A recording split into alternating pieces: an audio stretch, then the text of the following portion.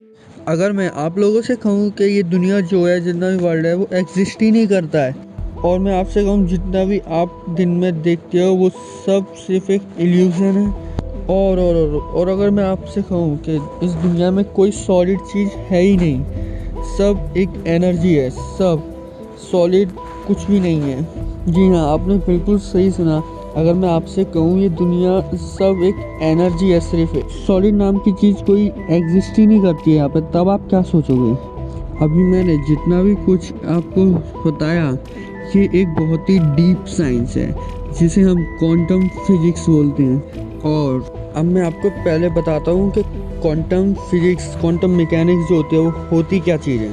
असल में quantum mechanics को ही क्वांटम फिजिक्स के रूप में जाना जाता है, और क्वांटम मैकेनिक्स जो होती है वो क्वांटम थ्योरी के ऊपर वर्क करती है।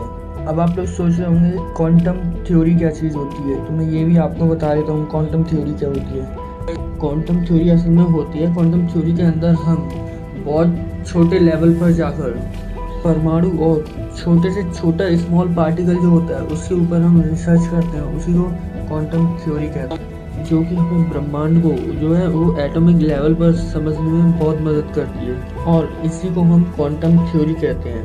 अगर आपको क्वांटम थ्योरी समझ आ गई तो आपको क्वांटम मैकेनिक्स और फिजिक्स भी समझ आ गई होगी। मतलब कुल मिलाकर ये है कि हम क्वांटम मैकेनिक्स और क्वांटम फिजिक्स के अंदर हम परमाणु और छोटे से छोटे पार्टिकल के ऊपर रिसर्च करते हैं, और ब्रह्मांड को एटॉमिक लेवल पर समझने में ये हमारी मदद करती है, उसी को क्वांटम मैकेनिक्स कहते हैं, जिसे क्वांटम फिजिक्स भी कहते हैं। तो अब मैं आपको बताऊंगा ये दुनिया असल में एनर्जी क्यों है। मैंने जैसा अभी थोड़ी देर पहले बताया, अगर मैं आपसे कहूँ ये दुनिया असल में सिर्फ एक एनर्जी और कुछ नहीं है। आप लोगों को ये तो पता ही होगा, हर चीज़ जो है वो छोटे छोटे पार्टिकलों से मिलकर बनती है, तब जाकर एक चीज़ बनती है, फिर चाहे वो डेस्क हो, घर हो, कुछ भी चीज़ हो, गाड़ी वगैरह। तो ये सब चीज़ें है तो सॉलिड, लेकिन असल में ये सॉलिड नहीं है। देखो कैसे, देखो अभी आप अपनी सीन पे क्या देख रहे हो, ये एक बहुत बड़ा पहाड़ है ना, पहाड़ है ना।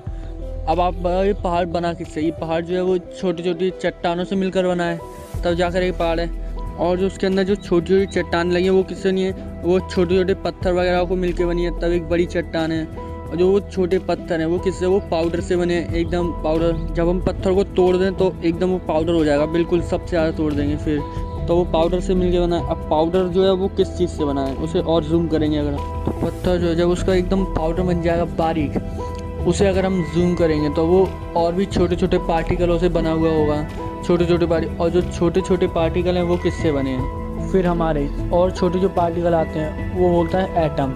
सारी चीज़ें हमारी एटम से मिलकर बनती हैं। अगर हम एटम को और जूम करेंगे, फिर आते हैं उसके अंदर इलेक्ट्रॉन, प्रोटॉन, न्यूट्रॉन्स होते हैं। अब इलेक्ट्रॉन, प्रोटॉन, न्यूट्रॉन से भी छोटा क्या होता है, उनसे भी छोटा अगर हम उन्हें और जूम करें, फिर आता है हमारा क्वार्क्स। अब आप बोले क्वार्क्स क्या होता है, तो मैं आपको बता दूं, क्वार्क्स जो है वो वर्ल्ड की सबसे स्मॉलेस्ट पार्टिकल होता है। क्वार्क्स से छोटा कोई पार्टिकल नहीं आया अब तक।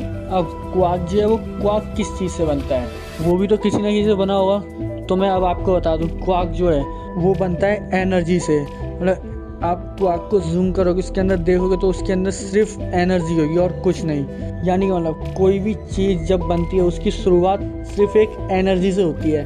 मतलब एनर्जी होती है, एनर्जी से क्वार्क बनता है, फिर इलेक्ट्रॉन, प्रोटॉन, न्यूट्रॉन, एटम और भी पार्टिकल बनते हैं, तब जाकर एक चीज़ सॉलिड बनती है।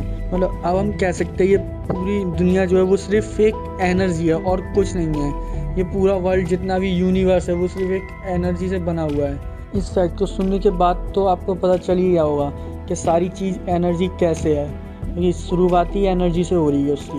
और हाँ, आपको मैं एक फैक्ट और बताना चाहता हूँ, जब भी हम किसी चीज़ को टच करते हैं तो हम उसे कभी टच करते ही नहीं हैं असल में। मतलब हम अपनी लाइफ में कभी भी किसी चीज़ को टच नहीं करते हैं।